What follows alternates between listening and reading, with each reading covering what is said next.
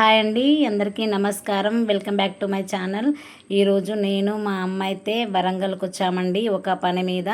చాలా సంవత్సరాల తర్వాత నా ప్రియమైన స్టూడెంట్ నన్ను కలవడానికి వచ్చింది. తను వచ్చి నన్ను కలవడం నాకు చాలా సంతోషంగా అనిపించింది. అందులో నెక్స్ట్ మంత్ నా బర్త్డే, అది తను గుర్తుపెట్టుకొని దగ్గరలో ఉన్న బేకర్కి అయితే తీసుకెళ్ళి చిన్నగా బర్త్డే సెలబ్రేషన్ చేయించింది. నాకు చాలా సంతోషంగా అనిపించింది. నాతో పాటు మా అమ్మ కూడా ఉండడం నాకు చాలా సంతోషంగా అనిపించింది. అమ్మ కూడా నిత్యను చూసి చాలా సంబరపడింది. ఇలాంటి విద్యార్థులు కూడా ఉంటారా అని. థ్యాంక్ యూ సో మచ్ రా నిత్య, ఇది నాకు చాలా స్పెషల్ బర్త్డే, ముందుగానే జరిపిస్తున్నావు.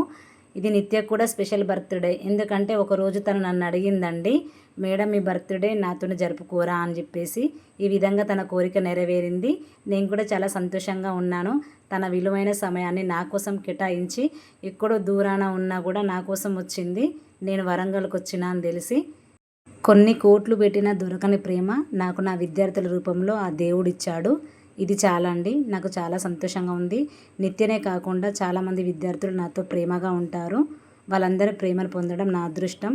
Thank you so much all.